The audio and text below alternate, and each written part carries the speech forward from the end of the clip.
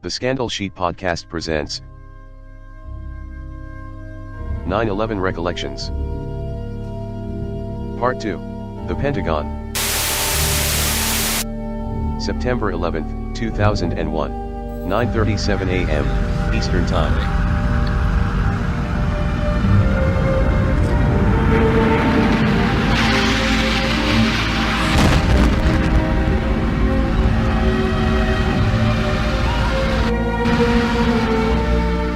So I am here with our very popular returning guest, Joe Duffus, to talk about the second part of the 9/11 attacks, which took place in Arlington, Virginia, on the site of the Pentagon.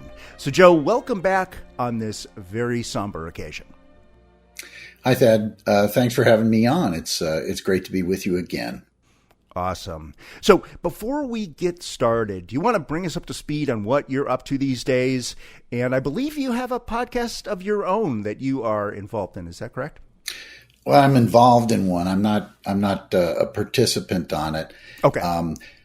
I work for a nonprofit group called the Government Accountability Institute, which is run by Peter Schweitzer, who is a best-selling author and investigative journalist.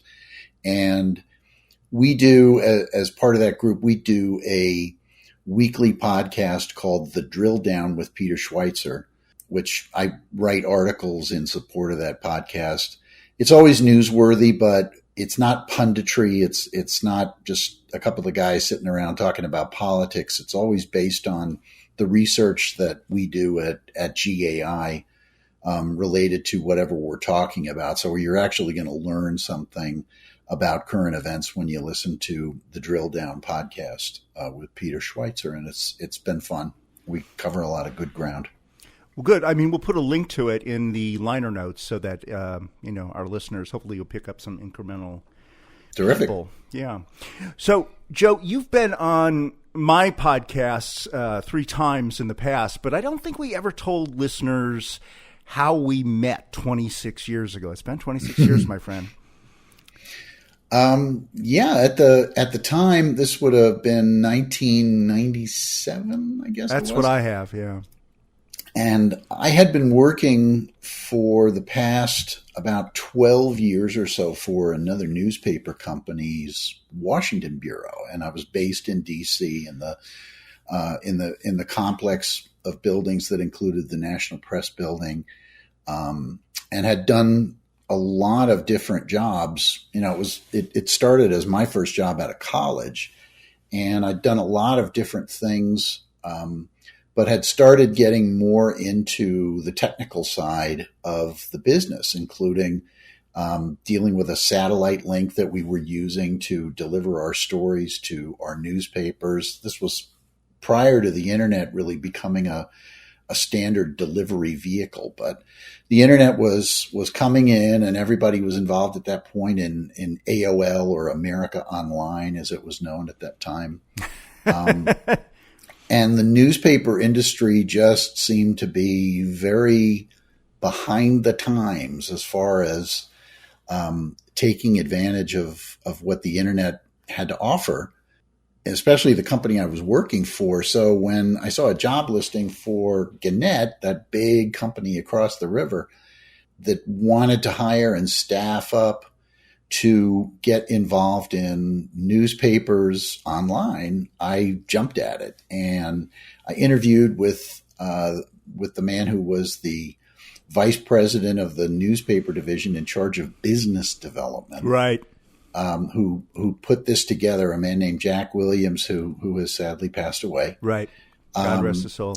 And he had already hired 2 people, and they weren't news people. They were not editorial newspaper ink stain wretches like I was. They were people with a marketing and advertising background. I'd also done online, so I'd been selling online for a couple of years. Yeah. But I was the first employee hired in the group that had any newspaper experience, and I was hired as the technology specialist. And as part of the interview process, he sent me down to speak with you and to speak with our other colleague, Dana, as part of the interview process, and I must have done okay because you gave him a good report and he hired me. That's That's how we met. That's right. And then we shared an office in that building for several years. Yeah, we did. And it was weird because it had previously been, because they still had a sticker on the door, some kind of advanced research lab. They had like a Apple Newton sticker with the failed precursor to the iPhone. Yeah, it was so funny. Right. Yeah, there was a Newton sticker, and there was some sort of strange whiteboard that had a plug-in for something that I think was related to that. You know, it was like an early effort at a Palm Pilot kind of an operating system that would work on a whiteboard or something like that. I never understood what it was. We just used it as a whiteboard. So you and I, for that first 6 years, were in this, which is still the tallest building in Arlington, called the Twin Towers. And actually it bears a resemblance to the World Trade Center, not as high. It was only 27 floors. And I forget what floor we were on, but by the time... We were on 24. We were on 24. Okay. Mm-hmm. By the time 9/11 that morning came around, it wasn't just me, you, and Dana. We had numerous other people, and they had crammed us into this little area where we were all like just literally almost on top of another. I mean, I had a door, but it was a very tiny little space. But down the hall... Pardon me? I had a nook. I know. Look, everybody was so miserable in that arrangement. But down the hall was a very spacious conference room with beautiful floor-to-ceiling picture windows that overlooked the south side. And right down the road, and according to Google, 1.67 miles, was the Pentagon. Mm-hmm. Da, da, da, da. And there was one giant screen TV. So giant screen for the time, right. That filled up one wall. So, Joe, between the two of us, I mean, even though you were the technical guy, I mean, you started in the editorial world and you're a natural storyteller. So why don't you start from the beginning of your story, telling us what you remember from that morning, and then I'll pop in here and there where I think I can add something. Is that a good idea? That sounds great. What I remember, I lived almost directly south of D.C. in eastern Prince William County at that time. So my morning commute was coming up I-95, past the Beltway and onto 395. Yeah. And then exiting to get onto 110, that was a road that would take you up into Roslyn from the Virginia side. And every morning I would... And for people who are not familiar with our particular geography, because we have people in other countries that listen, what is Roslyn? What's its relationship to Washington, D.C., blah, blah, blah? Roslyn is just a section of Arlington that is located... It's a sort of a commercial district that is located right across the Key Bridge from Georgetown. Right. So it's in the northern part of Arlington County. Not the farthest north part of Arlington County, but pretty far up into Arlington. And the road that comes into DC, which is called 395, if you stay on that road, it takes you over the 14th Street Bridge, which takes you directly into the heart of DC. Right. And I would exit off onto a road called 110 that would go from the Pentagon north up into Arlington. It would go past Arlington Cemetery, and it would go past the exit for the Memorial Bridge, and then on up into Roslyn. And so that's the way I normally came to work. And that morning, I was driving as I normally did, late as I normally was. Okay. So I was coming up that morning, and I was running late, as I often did with that commute. And I was listening to the radio in the car, and I was listening to Imus in the morning. Don Imus was a nationally syndicated radio talk show. MSNBC has just flashed on my screen. It looks like there is a plane has crashed into the World Trade Center. We got Warner on the phone, who's looking at it right now. Warner, I'm in. What's the deal? Something hit the World Trade Center. I think it was a plane. I heard it right over my head, and the explosion rocked the building. Really? And I'm looking at it right now. The smoke is just bellowing out of the World Trade Center. I mean, it's horrible.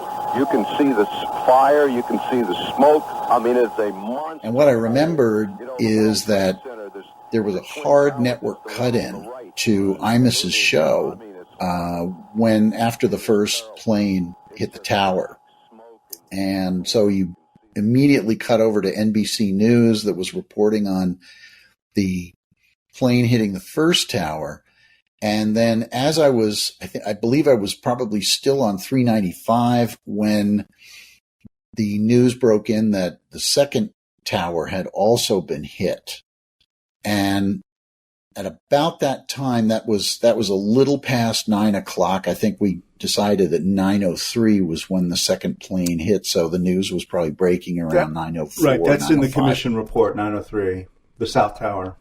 Yeah. And then I would make the decision on which side of the Pentagon to go around because you had two choices. There were two different exits. You could go off on the west side of the Pentagon, or you could go off on the east side of the Pentagon. And a lot of times the east side was better because there was less traffic. Okay. So you just played it by ear. You played it by ear each morning, depending on what the backup looked like at the exit.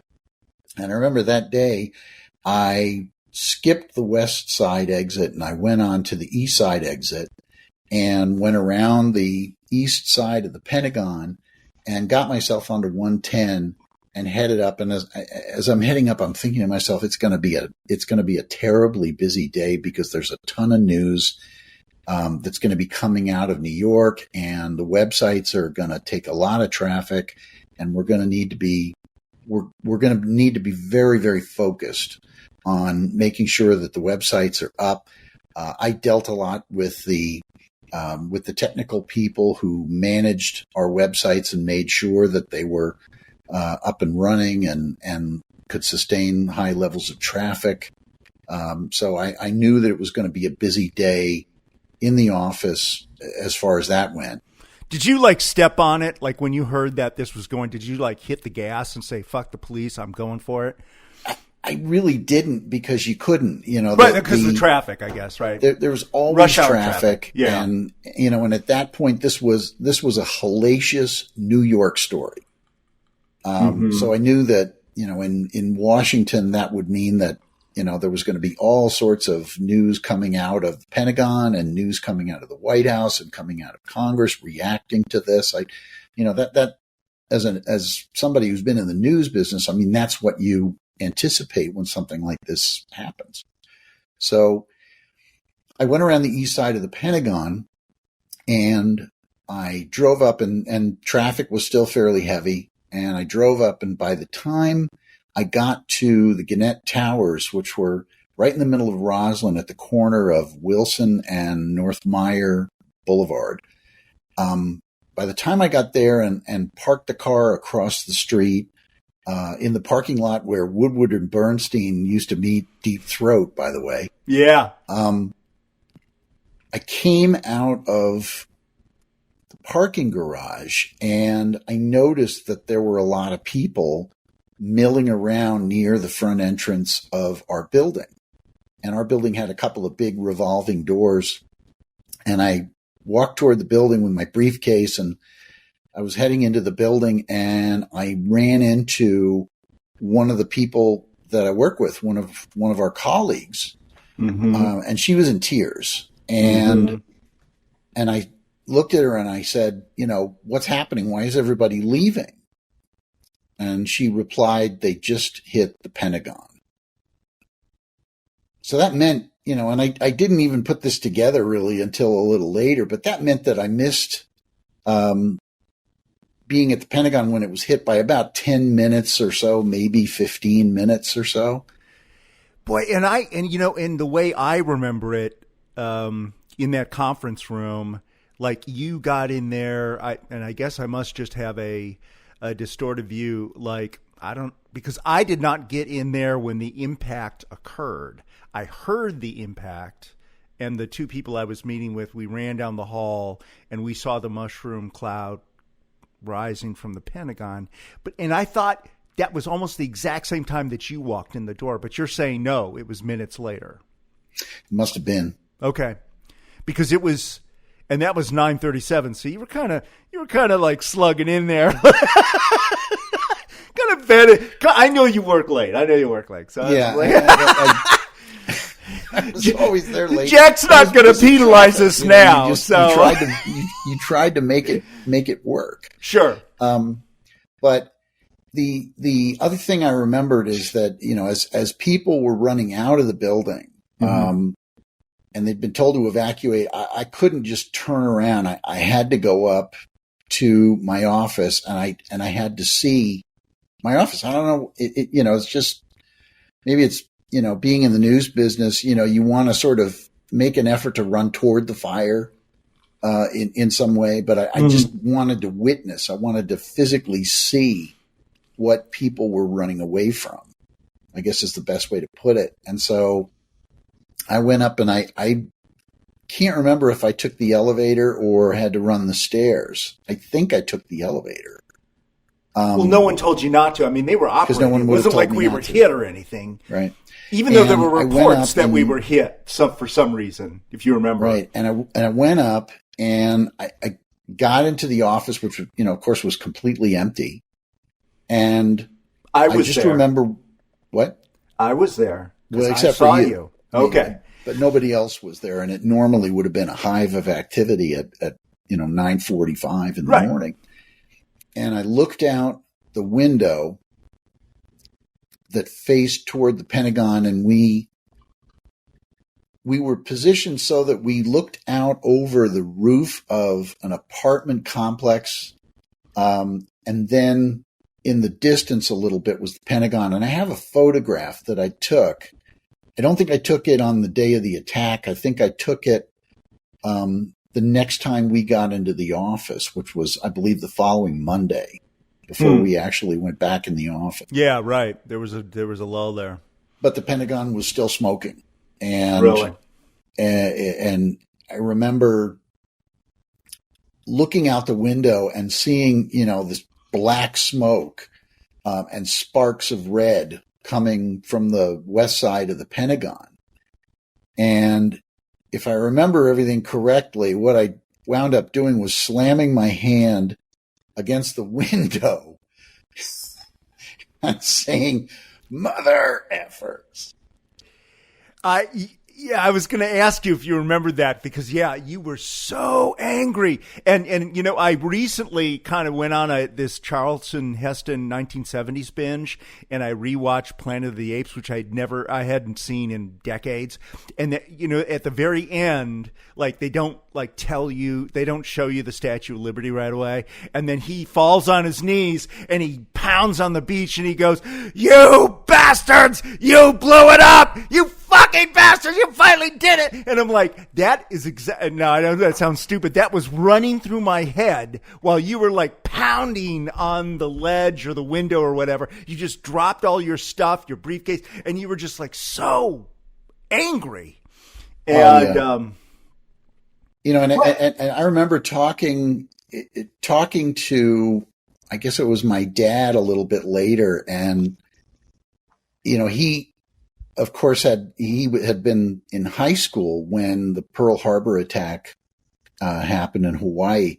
And he said that was very much the same reaction that people had when they found out about the Pearl Harbor attack. They weren't shocked, they weren't dismayed. They were angry. They were pissed. And, that's why there were so many immediate enlistments, and guys who just went right down to the recruiting station because, they shattered all that isolationist right. stuff that but I mean, it was immediate that people just got angry right away. They didn't get sad. They didn't get scared. They just got angry. And that's the way I felt, seeing the Pentagon burning in front of me. Mm-hmm. That's what I remember. And then I headed out I think I grabbed a couple of things from my desk that I thought I would need to work from home, and well, that was one of Jack's instructions, was that everybody take their computer with them because you're going to be working from home for a while.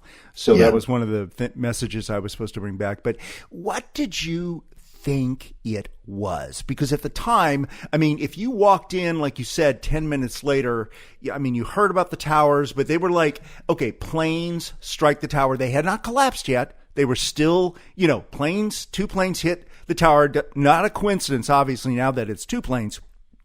What did you think was going on? I mean, were you thinking Russians, Chinese, something else? What were you thinking was the explanation, or was that the first thing from your mind?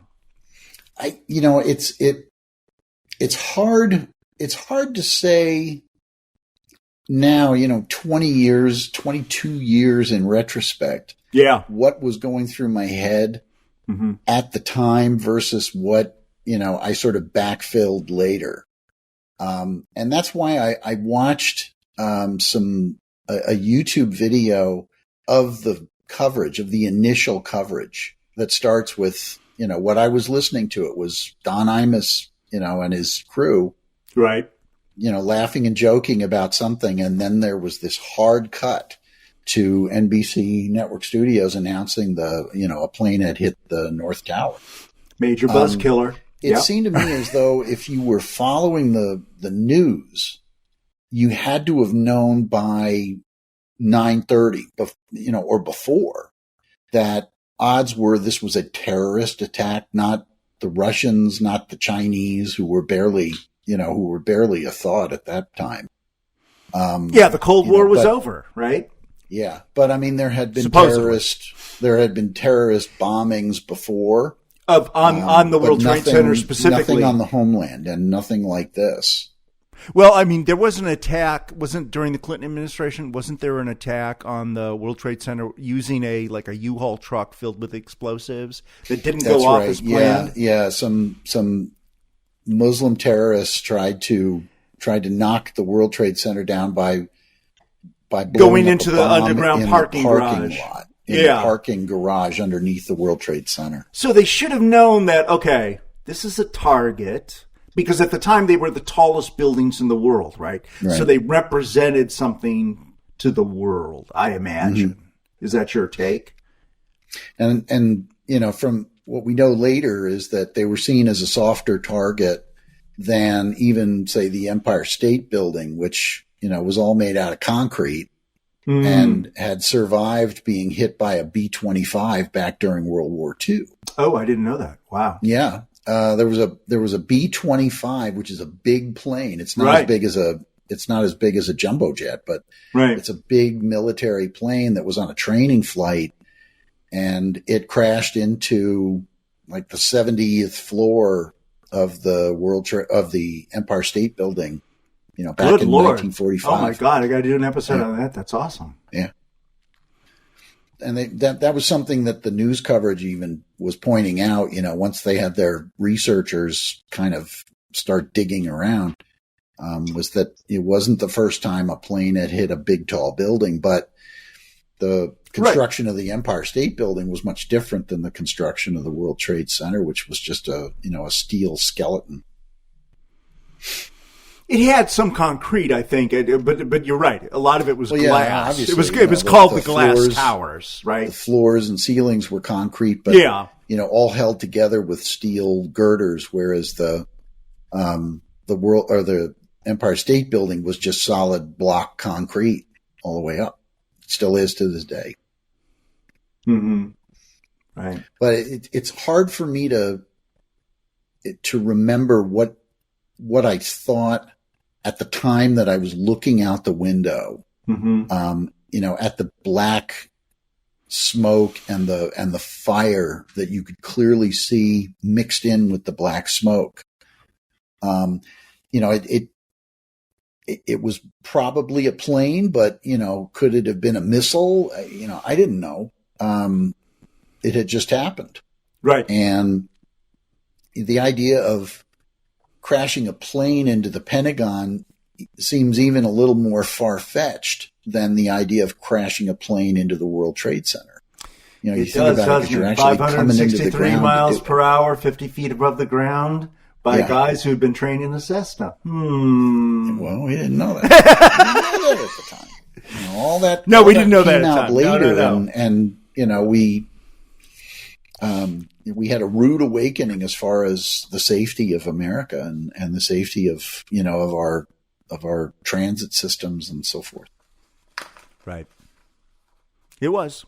It really was an eye opener. So how did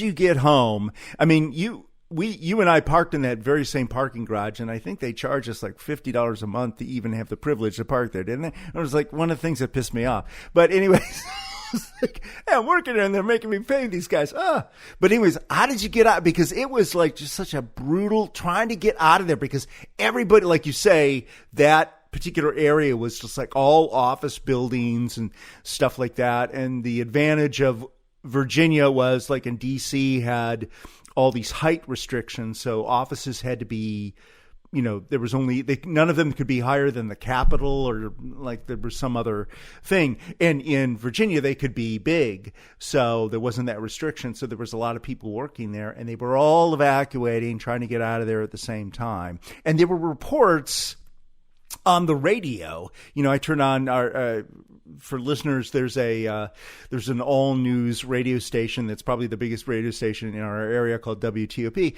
and they were reporting that people were trying to hit, because we were too, I don't know, it's sort of like that thing in the Steve Martin movie, was it The Loser, The Lonely Guy?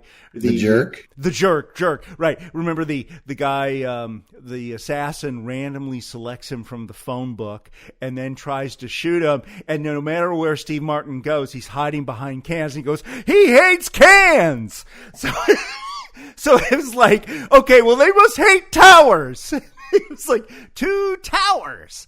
So it was like, oh my God, they're going to go for the towers. You know, that was the logic, I guess. You know, let's get out of here.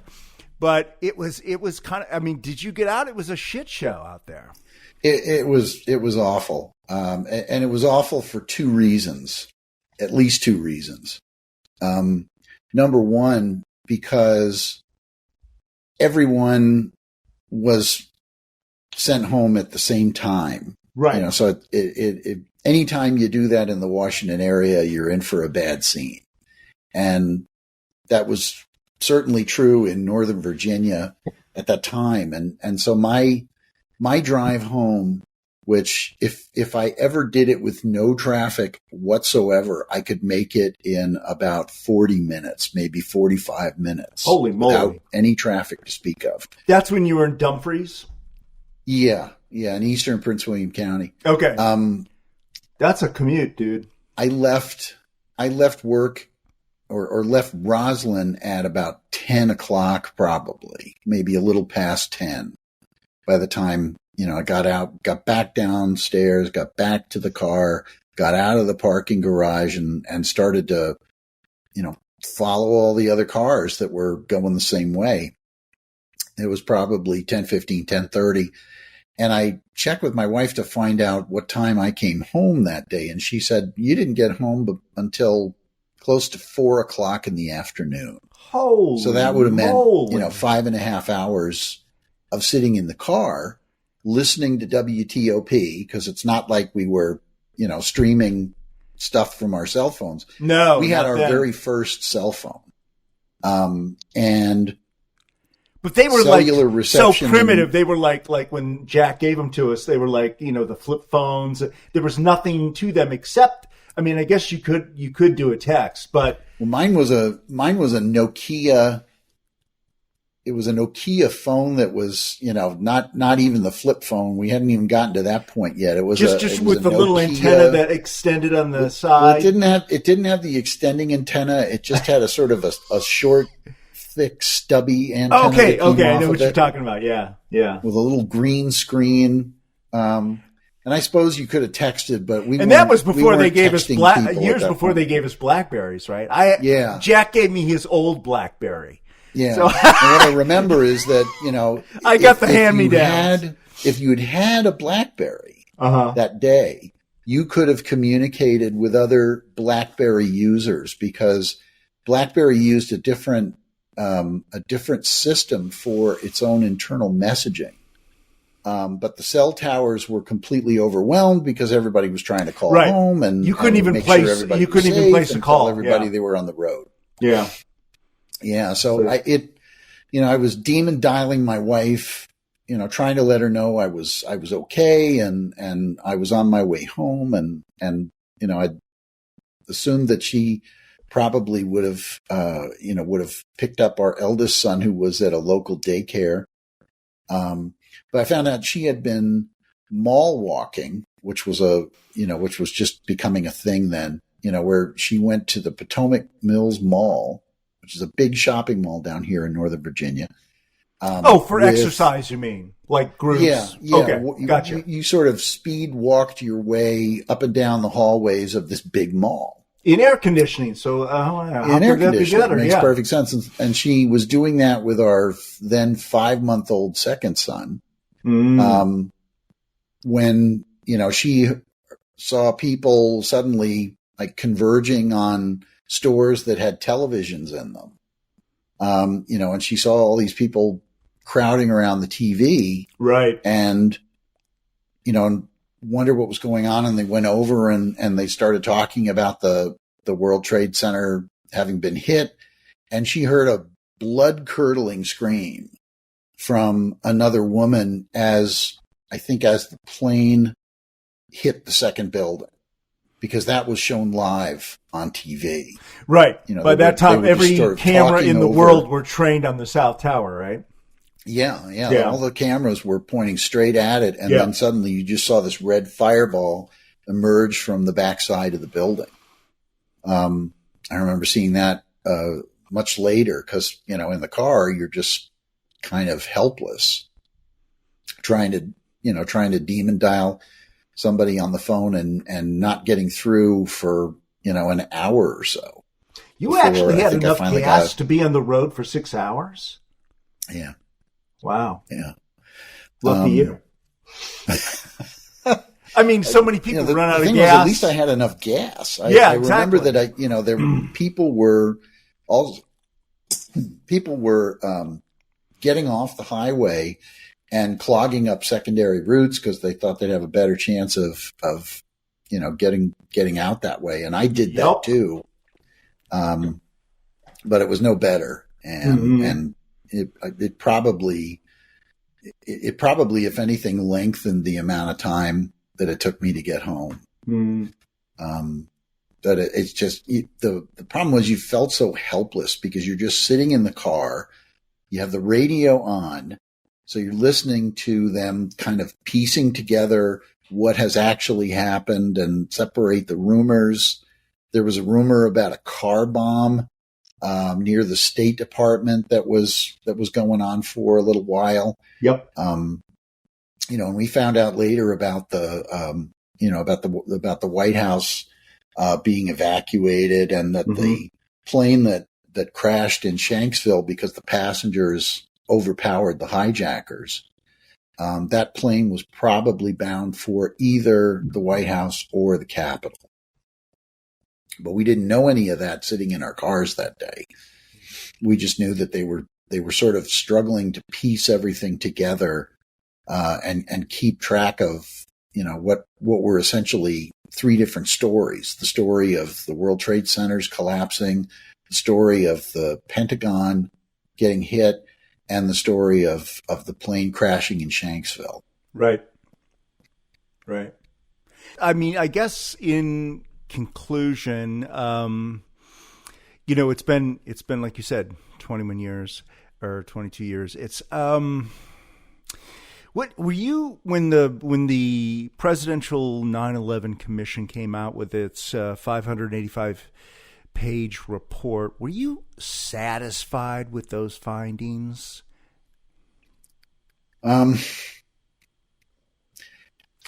Generally, yes. Okay. I'm a reader, and normally, when a report like this comes out, you tend to look at the executive summary, and not delve into the details of the report, but what I remember from the 9/11 Commission report is that the first chapter was really, really interesting because it was an historical review of how this thing called Al Qaeda came together, and it traced back to something called the Muslim Brotherhood, which had started in, I think, like the 1960s or maybe even in the late 1950s, and had grown up. And it was actually the Muslim Brotherhood that murdered Anwar Sadat, that assassinated him.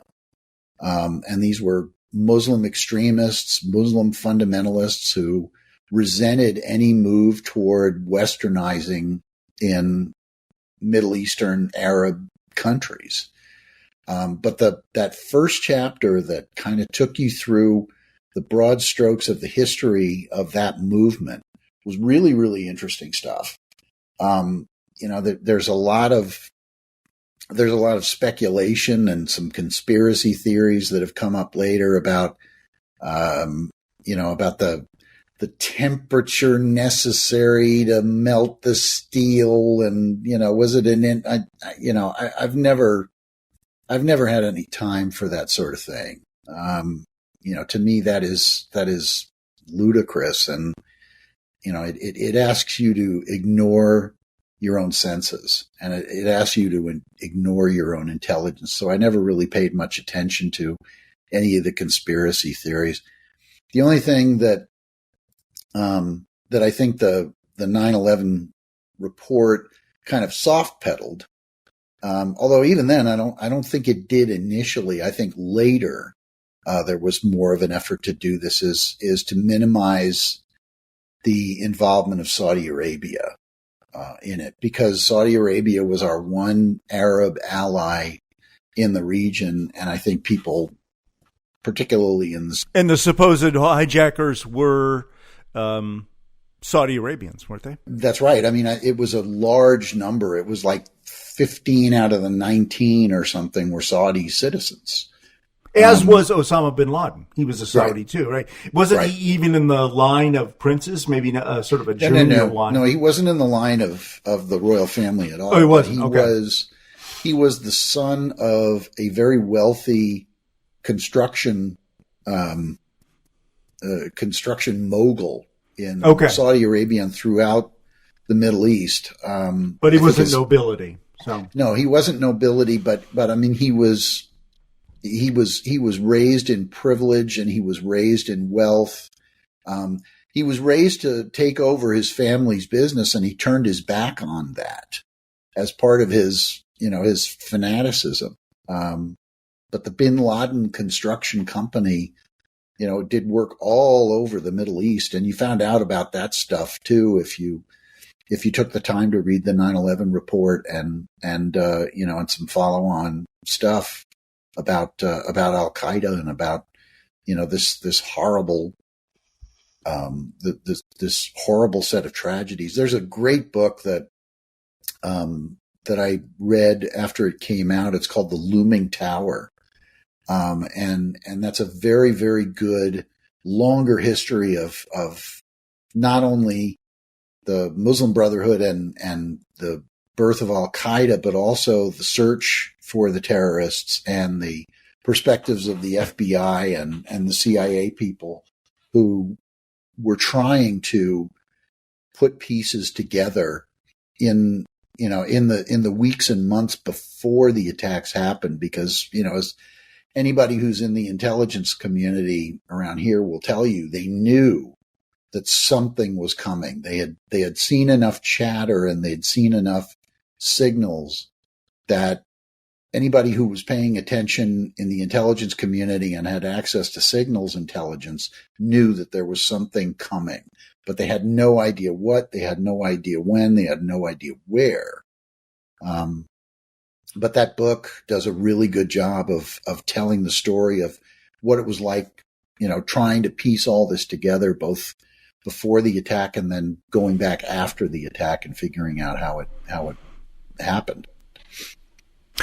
So you never read the book, The New 9/11, The New Pearl Harbor, or the associated 5-hour documentary. I understand the book was given to all the commission members, so they at least had access to it. It tells an alternate version. I don't know if I'd call it a conspiracy theory, because it's basically influenced by the International Institute of Architects and Engineers. So it just basically goes through the physical things. It doesn't really offer like a theory of who did what or what was the plan, or they just look at the actual specific things about the collapse of the towers. And so you didn't have any exposure to that. Well, exposure to it. I mean, it's hard not to encounter somebody on television. I remember that it was maybe a year or so after the attacks that people like Rosie O'Donnell started raising these kinds of questions. Well, that they said that the temperature of the fire from the jet fuel could only get to this temperature, and that's not enough to melt steel. And I'm thinking, good God. I mean, of course it is in that kind of an environment with that amount of smoke and that amount of flame, and the towers essentially became like giant chimneys. I mean, you can see that just looking at the boiling smoke. I don't need to know the exact temperatures. I just need to know that those temperatures were hot enough that the steel was able to bend. And when the steel bends and you apply weight to it, what happens? It bends even more. I never understood the people who were taken in by the conspiracy theories that, I don't know, there was some sort of an accelerant that had been added to the fuel to make it burn hotter than jet fuel would. No. Now, there was that third building, and I forget what its name was. It wasn't one of the two towers, and it wasn't as high. It wasn't 110 stories. And it collapsed many, many hours later, was not hit by any plane. Some of the debris from the two towers had hit it, and there was a fire on one of the floors. But some great footage of a guy standing in front of it talking while it collapses behind him. Any thoughts on that one? No thoughts on that. If there had been something, what's the explanation that somebody was taking advantage of a situation to blow up a building for insurance purposes? That's exactly what is being said, because the billionaire that was locked into this 100-year lease with the Port Authority, and it was failing financially. He was losing tens of millions, hundreds of millions a month. And right. Well, just like the biggest insurance. Two things can be true at the same time. True. But I mean, it's not uncommon for people to burn down their own building. There's somebody trying to get out of his lease. But thing number two is that there was this huge cataclysm that just occurred literally a block away. And the debris from Cataclysm 1, including superheated steam and superheated dust and, shards of metal, would weaken the foundations of a building. Yeah, I can buy that. Absolutely. But it sure did work out for this guy, man. And saw the level of devastation, can imagine what kind of pressure, physical pressure is exerted when 110 stories of slab, concrete, and steel suddenly implodes on itself and falls, 1,100 feet to the pavement. 5 hours Just later. think about the amount of weight that's coming down. I know, but 5 hours later. In one giant slam. 5 hours later. And plus, boy, didn't he come out smelling like the insurance company had to cover the whole damn thing. Wow. Okay. Lucky day for him, huh? Not my big concern. Okay, I don't have to use that. I just had to ask. I'm asking the other guys from Manhattan the same thing. So, I just don't. I don't truck with that sort of stuff. It just, to me, the The simplest explanation is the best explanation, and that is that the building was weakened by the debris shower that came from not one, but two giant concrete and steel buildings that literally descended in a plop, one after the other. You're an Occam's razor guy. I am an Occam's razor guy. Mm-hmm. I shave with my Occam's razor every day. All right. Well, Joe, thank you very much. It's always a pleasure to have you on. We always love your insights, and thank you for sharing all this. And hopefully we'll see you in the very near future. Okie dokie. I hope it helps.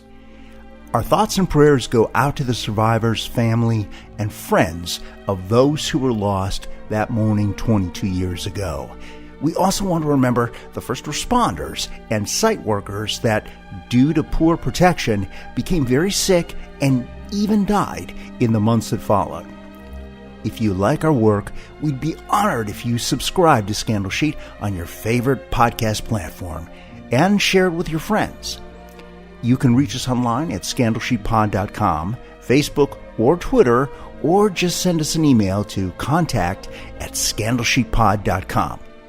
We'll see you next time. Copyright 2023. Thad Helsley Media LLC. All rights reserved.